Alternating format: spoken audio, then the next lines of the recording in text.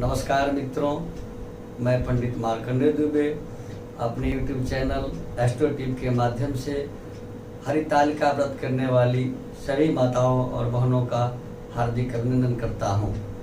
मित्रों, हरितालिका व्रत स्त्रियां या कुमारी कन्याएं दोनों ही करती हैं। विवाहित महिलाएं अपने पति के दीर्घायु और उनके सुखी संपन्न जीवन के लिए हरितालिका व्रत करती हैं, तो वही कुंवारी कन्याएं अपने भावी सुयोग्य जीवन साथी के प्राप्ति के लिए करती हैं।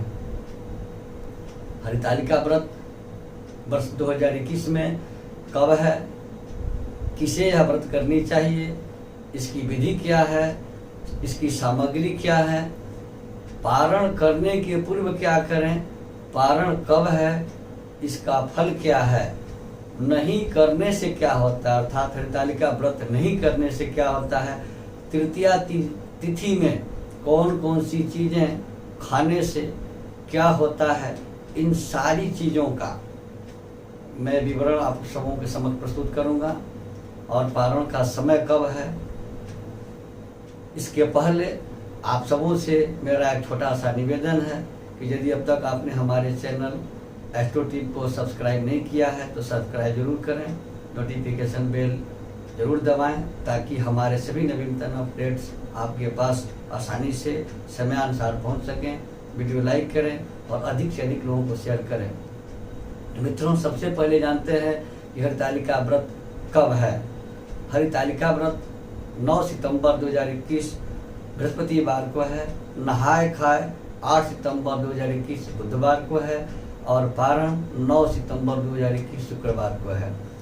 तृतीया तिथि काशी के पंचांगों के अनुसार 8 सितंबर 2021 बुधवार की शेष रात्रि में अर्थात 9 सितंबर के सूर्योदय से पहले आरंभ हो रही है। वो समय है 3:59 और समापन की तिथि है 9 सितंबर की मध्य रात्रि के बाद 2:14 तक, जिसे अंग्रेजी के हिसाब से 10 सितंबर को कह सकते हैं।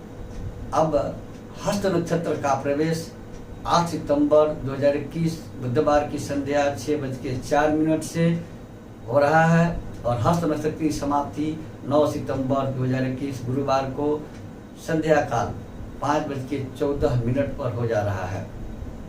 हरितालिका व्रत सौभाग्यवती स्त्रियां अपने पति की दीर्घायु तथा कुमारी कन्याएं सुयोग्य वर की प्राप्ति के लिए करती हैं।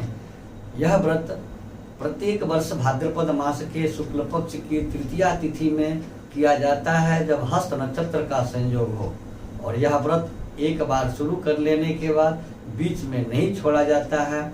अस्वस्थता के कारण या पति के नहीं रहने पर इस व्रत का उद्यापन कर दिया जाता है।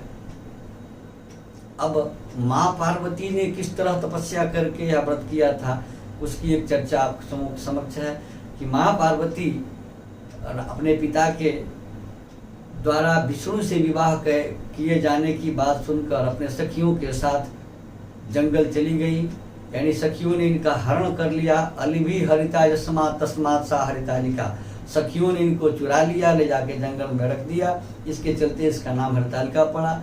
और वहाँ जंगल के समीप पहाड़ की गुफाओं में माता पार्वती ने भगवान शिव की बालू की अर्थात रेत की प्रतिमा बनाकर पूजा की थी। पूजा से प्रसन्न होकर भगवान शिव वहाँ उपस्थित हुए और दर्शन दिए। दर्शन पाकर के माता पार्वती ने उन मूर्ति का विसर्जन कर दिया। अब उसके पहले कैसे तपस्या की थी, तो 12 वर्ष अपने को उल्टे टांग करके पैर ऊपर माथा नीचे करके धुआं पी करके माता पार्वती ने तपस्या किया था। तो 64 वर्ष पेड़ के सूखे पत्तों को खा करके इन्होंने तपस्या किया था। माघ के महीने में जल में बैठकर, तो वैशाख के महीने में पंचाग्नि अर्थात चारों तरफ आग जलाकर बीच में बैठकर तपस्या करती थी। माघ मासे जले मग्ना वैशाखे अग्निसेविनी, इस तरह की तपस्या करने के बाद बाबा भोलेनाथ इनको पति के स्वरूप में प्राप्त हुए थे। अब व्रत में पूजा की विधि क्या है, तो व्रत में सबसे पहले अकेले नहीं, इसको समूह में करनी चाहिए। कुछ महिलाओं को मिलकर केले के स्तंभ से मंडप बनाना चाहिए। मंडप में रेशमी कपड़े के बंधनवार लगाने चाहिए, चांदनी लगानी चाहिए और उस मंडप को चंदन तथा सुगंधित सामग्रियों से लेप करके अर्थात लिपवा करके शंख, भेड़ी, घंटी आदि बजाते हुए मंगलाचार करते हुए प्रवेश करना चाहिए। प्रवेश के उपरांत वहाँ माता पार्वती और भगवान शिव की प्रतिमा स्थापित करनी चाहिए। स्थापित करने के बाद संध्या समय में जब तक हस्त नक्षत्र युक्त तृतीया तिथि हो तब तक इनकी पूजा करनी चाहिए। मंत्रोच्चार के साथ ब्राह्मण से पूजन करवा के कथा सुननी चाहिए। न हो तो अपने घर में भी इसकी पूजा की जानी चाहिए। अब सुगंधित फूल, मन को प्रसन्न करने वाली धूप, नैवेद्य आदि एकत्रित कर लें। उसके बाद ऋतु फल अर्थात इस ऋतु में जितने फल प्राप्त होते हैं, जितने फूल प्राप्त होते हैं, उन सब का संग्रह कर लेना है। इसके अलावे नारियल, जमीरी नींबू, लौंग, अनार और संतरा अर्थात नारंगी भी उपाय करके इकट्ठा कर लें। धूप दीप आदि से पूजन कर माता पार्वती की स्तुति करें। इसके बाद उनकी प्रार्थना करें अपने सौभाग्य के लिए, अपने पति के दीर्घायु के लिए। इसके बाद विधि पूर्वक कथा का श्रवण करें। कथा कहने वाले ब्राह्मण को गाय, सोना, धन, कपड़े इत्यादि का दान करें, यथा संभव दान करें। या कहीं नहीं लिखा है कि आप ऋण लेकर के दान करें, जितनी शक्ति है सामर्थ्य के अनुसार दान करें। संभव हो तो पति पत्नी दोनों साथ बैठकर पूजन करें, कथा श्रवण करें। वस्त्र आदि का दान संकल्प करके ही करें। इस प्रकार जो स्त्री पूजन करती है उसे 7 जन्म तक सुख और सौभाग्य प्राप्त होता है। जो तृतीया तिथि का व्रत न रहकर अन्न खाती हैं, जो महिलाएं तृतीया तिथि में उपवास नहीं करती हैं और अन्न खाती हैं, वह 7 जन्म तक बंध्या होती हैं, निर्भाज होती हैं। बार बार वैधव्य की प्राप्ति होती है। हर जन्म में उनके पति का निधन हो जाता है। दरिद्र रहती हैं, पुत्र के शोक से शोकाकुल और लड़ाकू स्वभाव की होती हैं। सदा दुख भोगने वाली और उपवास न करने वाली नारी घोर नरक में जाती हैं, जो तृतीया तिथि अर्थात हरितालिका व्रत नहीं करती हैं। तृतीया तिथि को अन्न खाने वाली महिला सुकरी अर्थात सुअर के योनि में जन्म लेती हैं। फल खाने वाली महिला बंदर की योनि में बंदरी होती हैं। पानी पीने से जोंक का जन्म पाती हैं। दूध पीने से सर्पिणी होती हैं। मांसाहार करने से बाघिन होती हैं। दही खाने से बिल्ली के योनि में जन्म होता है। मिठाई खाने से चींटी के योनि में जन्म होता है। और सभी चीज़ों को खाने वाली महिला मक्खी के योनि में जन्म लेती है, अर्थात मक्खियाँ सब जगह जाती हैं, अच्छे बुरे सब जगह उनका गमन होते रहता है। साथ ही उस दिन अगर सो गई दिन में या रात में तो अजगर की योनि में उनका जन्म होता है। और पति से झूठ बोलती हैं, छल करती हैं तो मुर्गी के योनि में उनका जन्म होता है।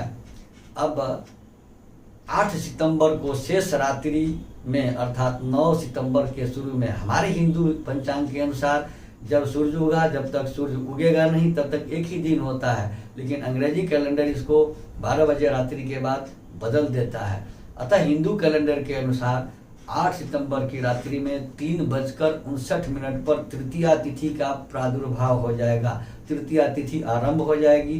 तृतीया तिथि के आरंभ होने पर सरगही नहीं किया जाता है, अन्न फल जल कुछ भी नहीं लिया जाता है। अतः व्रती माताओं और बहनों से निवेदन है कि 8 तारीख के रात्रि में 3:59 के पहले ही सरगही कर लें, अन्न जल फल जो भी लेना हो। साथ ही 9 सितंबर को यह तिथि रात में 2:14 तक रहेगी। तृतीया तिथि का जब से आरंभ होता है जब तक समाप्त नहीं हो जाती है तब तक अन्न जल फल लेना वर्जित माना गया है। इस व्रत का सरगही फिर से सुन लें, 8 सितंबर की रात्रि में 3:59 के पहले कर लेना है। व्रत के दूसरे दिन पारण से पूर्व सोने, चांदी, तांबे अथवा बांस के बर्तन में, यह नहीं कह रहे हैं कि सबको सोने में ही देना है। प्राचीन काल में ऐसा हुआ है, हमारे कथाओं में शास्त्रों में ऐसा वर्णन है, इसलिए बता रहा हूँ कि जिसके पास सोने का बर्तन है, चांदी का है, तांबे का है, कांसे का बर्तन है अथवा बांस का बर्तन है, उस बर्तन में अन्न भरकर ब्राह्मण को दान दें। अन्न दान किए बिना अन्न का आहार आप तृतीया तिथि में न करें। जो स्त्री इस प्रकार से व्रत रखती है वह भगवान शिव के जैसे पति प्राप्त करती हैं।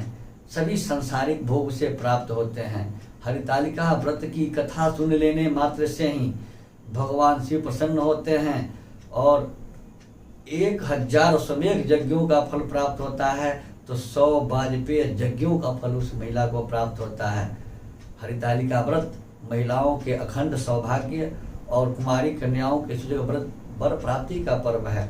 मित्रों, बने रहे हमारे साथ इस तरह के एपिसोड के लिए, धार्मिक पर्व त्योहार के एपिसोड के लिए, वास्तु के एपिसोड के लिए, ज्योतिष से संबंधित एपिसोड के लिए। हमारे यहाँ जन्म कुंडली बनाई जाती है, कुंडली का वार्षिक फलादेश किया जाता है।